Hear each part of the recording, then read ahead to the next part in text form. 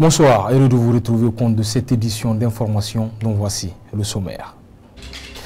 Le ministre de la Justice et des Droits de l'Homme a effectué des visites de terrain ce vendredi. Il s'est rendu dans la famille des jeunes qui auraient été jetés du 5e étage d'un immeuble à Sandervalia avant d'aller au chevet d'Amadou Damaro Camara, alité à l'hôpital sino-guinéen de Kipé. Reportage à suivre dans ce journal. Un convoi de Guinéens en provenance du Soudan où la situation sécuritaire reste préoccupante est arrivé hier jeudi à Conakry. Ces Guinéens rapatriés ont été accueillis sur le tarmac de l'aéroport Ahmed Sékou Touré de Conakry par les autorités de la transition. Les Échos dans ce journal. Ensuite, un incendie prétendument causé par un gaz a été déclaré hier jeudi à Kaporo dans la commune de Ratoma. Après quelques heures, le feu qui a ravagé presque tout le bâtiment a causé d'importants dommages matériels. C'est tout pour les titres, les détails dans un instant. Encore une fois, bonsoir et bienvenue à tous. Le ministre de la Justice et des Droits de l'Homme a effectué des visites de terrain ce vendredi à Conakry. Dans un premier temps, il s'est rendu dans la famille des jeunes qui auraient été jetés du 5e étage d'un immeuble à Sandervalia dans la commune de Kaloum. Il y a de cela un mois, Alphonse Charrouet est allé rassurer la famille du défunt jeune de faire la lumière dans cette affaire. De là, le garde des Sceaux est aussi allé au chevet de l'ex-président de l'Assemblée nationale, Amadou Damaro Camara, alité à l'hôpital de l'amitié sino-guinéenne de Kipé, pour s'enquérir de son état de santé. Mariama Bouibari, reportage.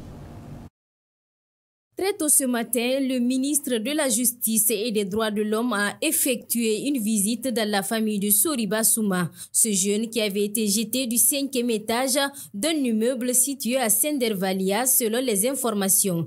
Cette visite de Charles Wright s'inscrit dans le cadre d'apaiser les tensions enregistrées suite à cet incident. Le porte-parole du département a, au nom du ministre de la Justice, rassuré que lumière sera faite dans cette affaire.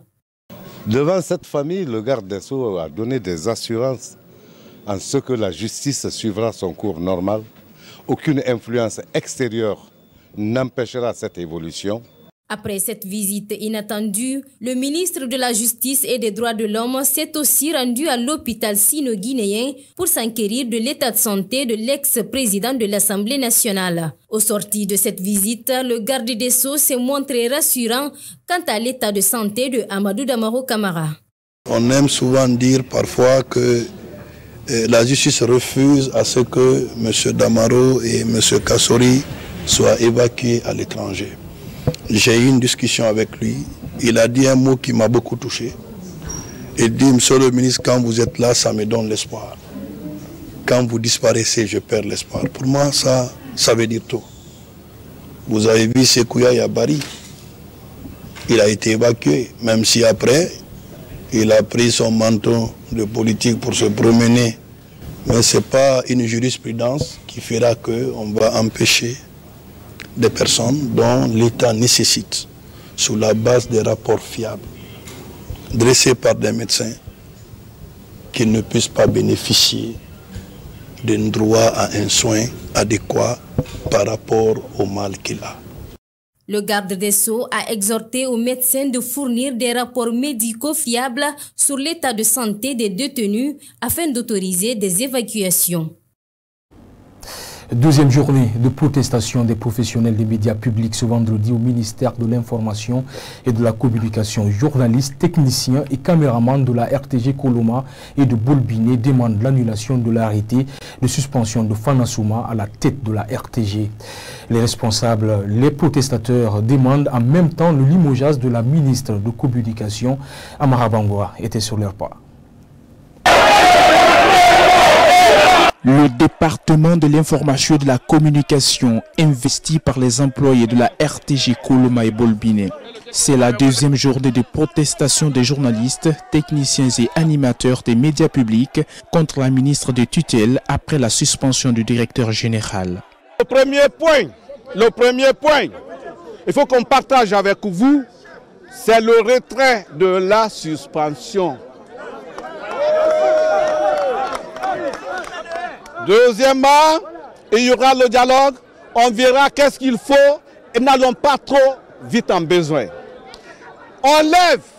Elle lève la suspension, nous revenons vers vous, vous dire quelle est la conduite à tenir pour la suite.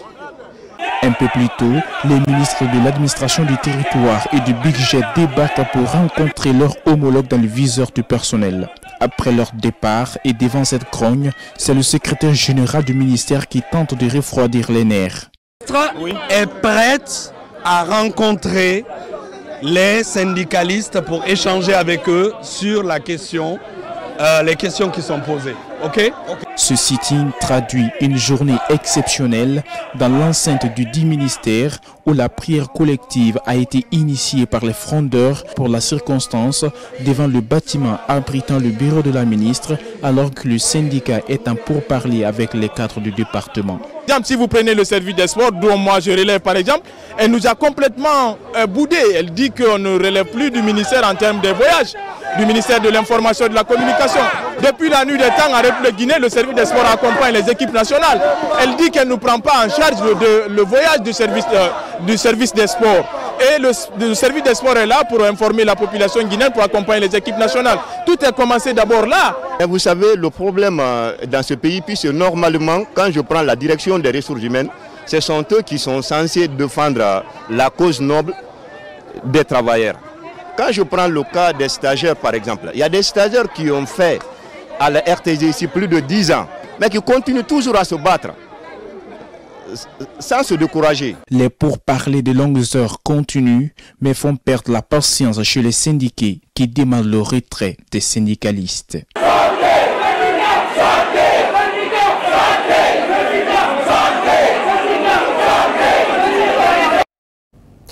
Crise au Soudan, la Guinée continue de rapatrier ses ressortissants en difficulté au-delà de nos frontières. Dans la nuit du jeudi, un convoi de Guinéens en provenance du Soudan où la situation sécuritaire reste préoccupante a été accueilli par les autorités de la transition à l'aéroport international Ahmed Sékou Touré. Ils sont au total 84 Guinéens qui ont été accueillis par le ministre secrétaire général à la présidence de la République en compagnie du directeur de cabinet à la présidence et du ministre des Affaires étrangères. Ansoubaïlou Baldé était à l'aéroport pour nous. Suivez son compte rendu. Ils sont au nombre de 84 à fouler le sol guinéen dans la nuit de ce jeudi. Ces Guinéens vivant au Soudan sont rentrés au bercail compte tenu des violences meurtrières dans ce pays. Majoritairement des femmes, des hommes et même des enfants, ils sont arrivés au pays dans un avion affrété par l'État guinéen. À l'aéroport Ahmed Sékou Touré de Conakry, ces Guinéens ont été accueillis par le ministre secrétaire général à la présidence de la République et le ministre des Affaires étrangères. Lorsqu'il s'agit de la souveraineté de l'État guinéen, c'est d'abord l'État guinéen. Et c'est ça qui s'est manifesté.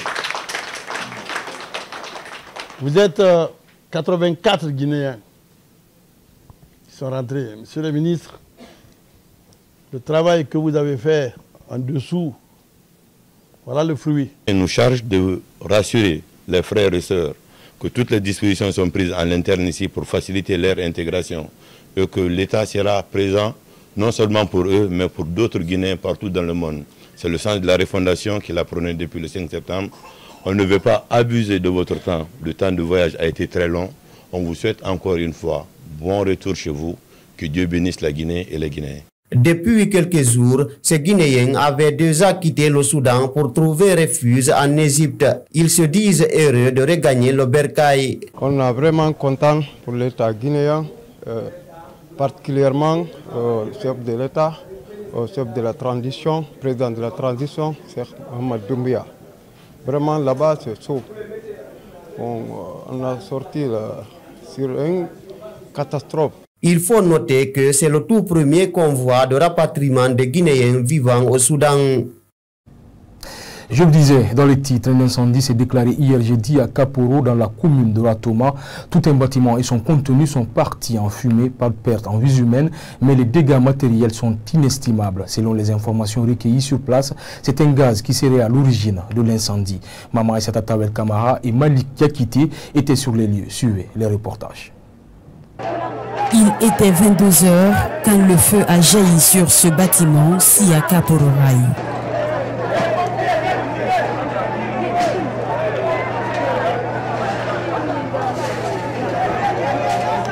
Tous les habitants du quartier étaient fortement mobilisés pour maîtriser les flammes.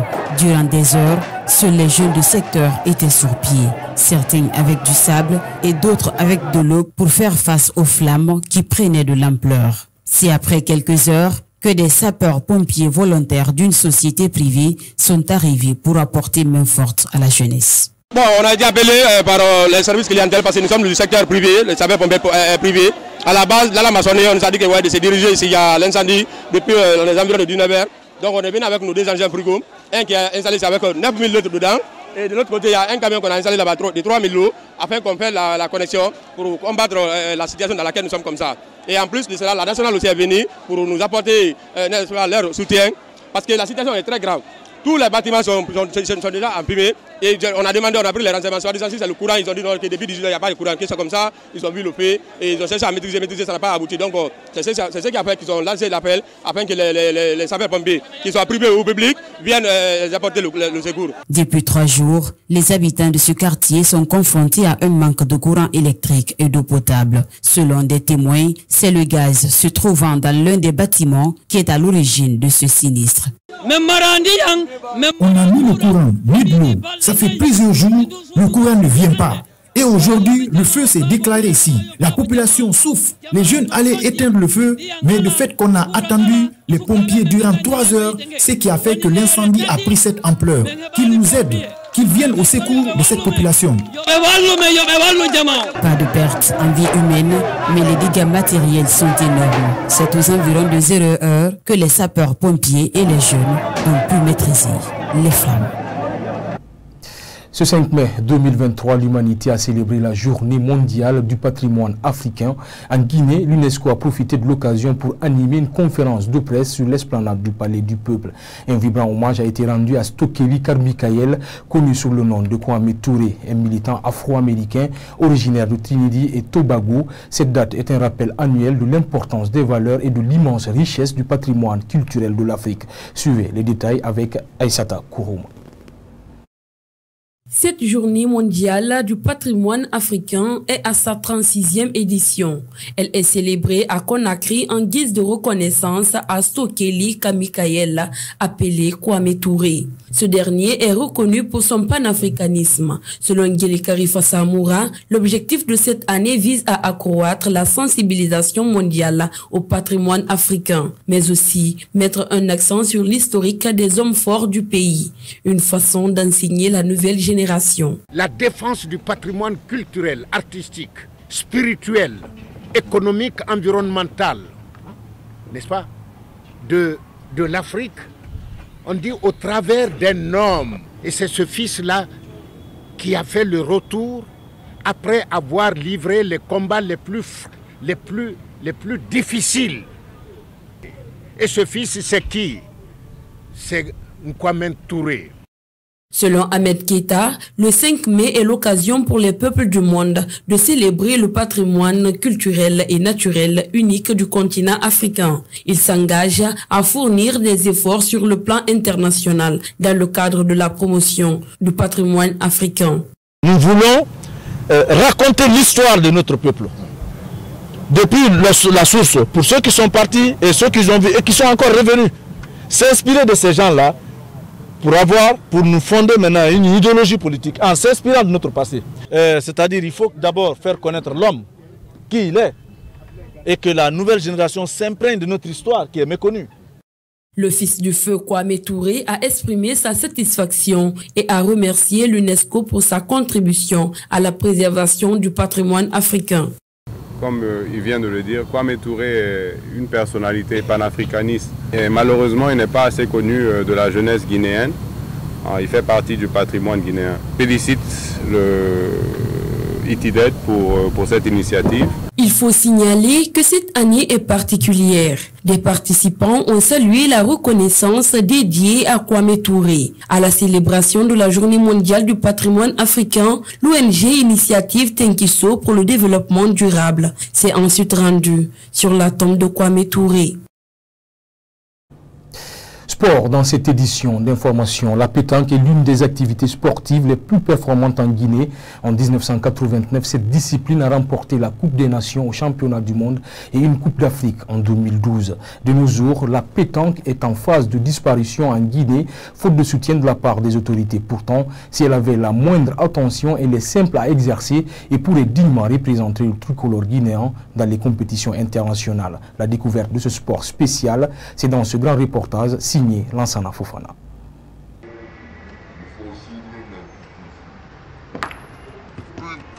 La boule pétanque est l'une des vieilles disciplines sportives de l'humanité. Elle est pratiquée en Guinée depuis les années 60. Pour jouer à ce sport, chaque bouliste se positionne dans ses cercles pour tirer. Mais tant que sa boule n'atteint pas le sol, il ne doit pas sortir du cercle. Un match de ce sport se joue sur plusieurs formes. On peut la pratiquer par un jeu qu'on appelle tête à tête. C'est-à-dire chacun prend 3 boules, vous jouez à 2. Maintenant, il y a des compétitions de doublettes. Doublette, c'est 2 personnes par équipe. Il y a le jeu de triplette. Triplette, c'est 3 personnes par équipe avec 6 boules. Les 6 boules, vous jouez, le nombre de points est déterminé. Et dans les 2 équipes, il doit y avoir un tireur. Le tireur, c'est un cas quand la boule est proche du bouchon, c'est lui qui vient pour évacuer. Le petit bouchon qu'on appelle le cochonnet, tant de fois que vous rentrez sur ce bouchon, c'est le nombre de points qui est compté. Et maintenant, si en cas de litige par rapport aux points, il y a une baguette qu'on prend, il y a le petit bouchon, ce qu'on appelle le cochonnet qu'on vient mesurer. Comme tout sport, la boule pétanque demande une certaine qualité, comme savoir pointer et tirer.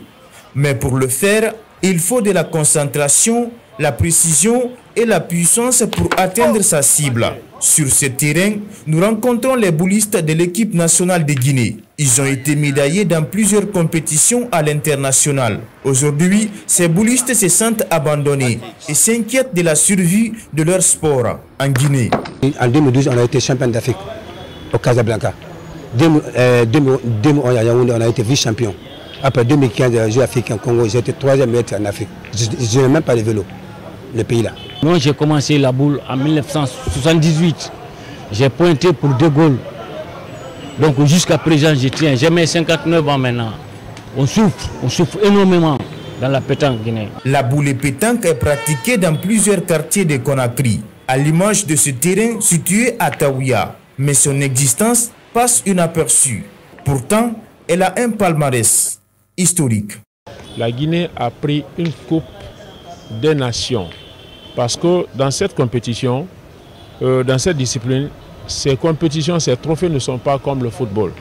Et vous avez des jeunes talentueux qui n'arrivent pas à exprimer leur talent dans les grandes compétitions. Ils ne sont même pas pris en charge par les structures en place que nous pouvons appeler comme étant des fédérations caduques. Donc nous sommes là, nous battons auprès des enfants pour mettre des terrains à leur disposition, mettre des boules à leur disposition pour qu'ils puissent jouer jusqu'au moment où on aura une structure fiable pour jouer. Ce sport est un jeu passionnant. Il est pratiqué par des milliers d'amateurs de tout âge. Selon la Fédération internationale des boules, la discipline rassemble plus de 600 000 licenciés, répartis dans plus de 100 000 pays du monde entier. C'est la fin de ce journal d'information. Merci à toutes et tous de l'avoir suivi. L'information continue sur notre site web, le www.kavi-media.com ou sur les réseaux sociaux Kavi Media.